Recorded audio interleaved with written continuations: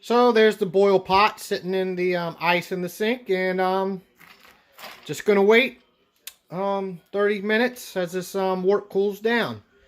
I'm gonna do some decontamination of some things in the meantime.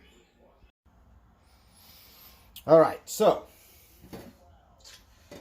here we go.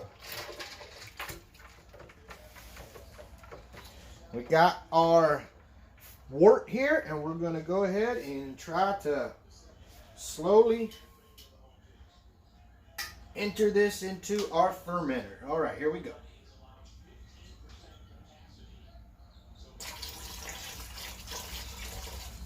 Nice amber color for our amber ale.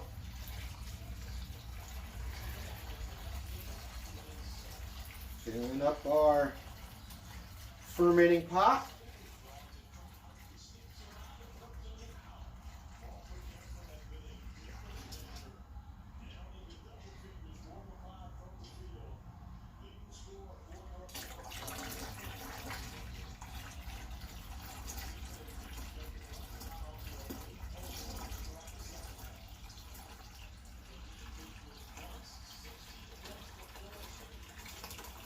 You can't see, getting a nice frothy head in there. I'll have to edit that break out. Alright.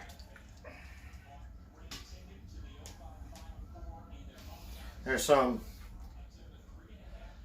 stuff left in the bottom of our boil pot, but we'll keep that over here.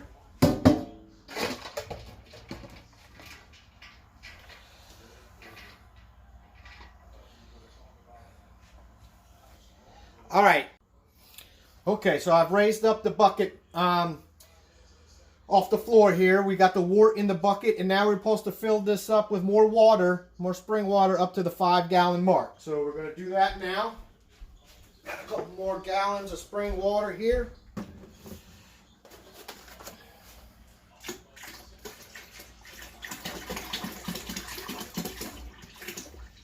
Gently pour the water. That's a little under 4 gallons there. So, direction says you can, if your tap water tastes fine, that you can go ahead and use it. I just figure I'd like to use some spring water. I know it's clear and drinkable and shouldn't have any, tap water minerally taste in there. So that's why I just bought me some spring water. A little less than 5 gallons, so I have to crack open another one. There we go. Get that up to that 5-gallon line there. That looks about good. All right. So the next step is to take a hydrometer reading. It's called a original gravity of this. Before we put the yeast in there, we're going to take a sample of the wort, and we're going to use a tool called the hydrometer and try to get a reading of what our original gravity is. So we'll fill up our sample tube here.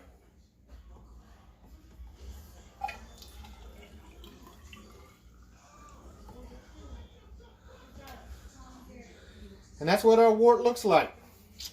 Very amber. It's got a lot of grainy stuff in there, but that's should be normal. So this is our hydrometer. It's got a scale on there.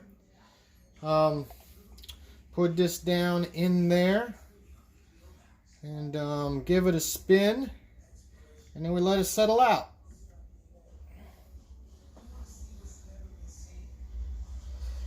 And we'll take a reading.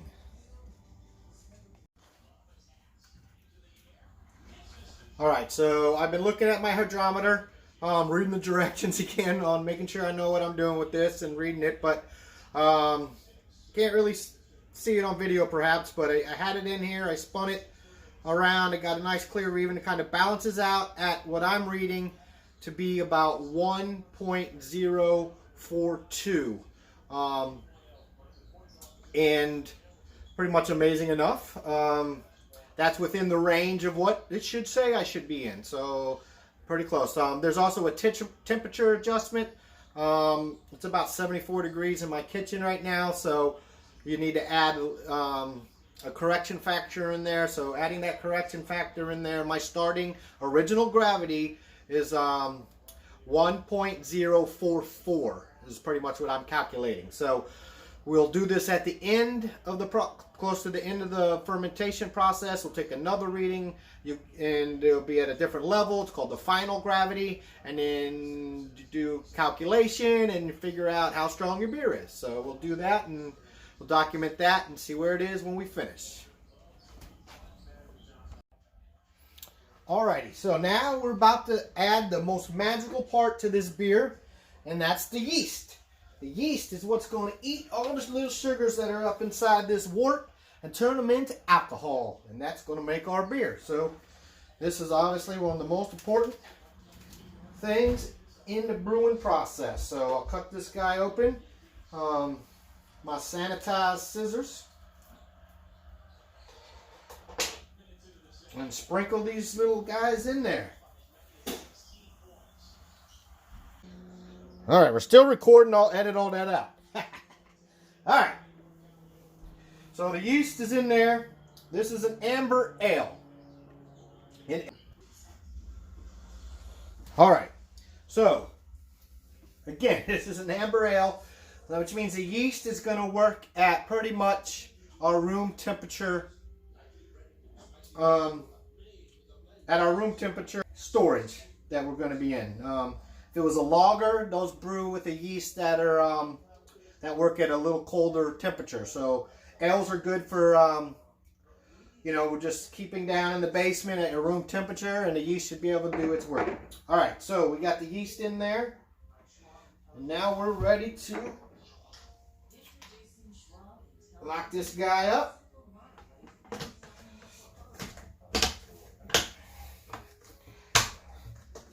We got the lid on there. And now we're going to put this guy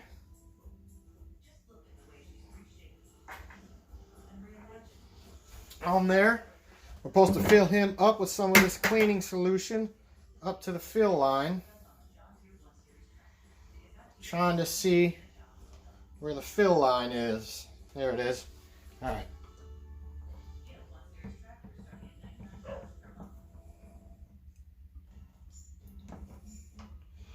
I think I got too much in there.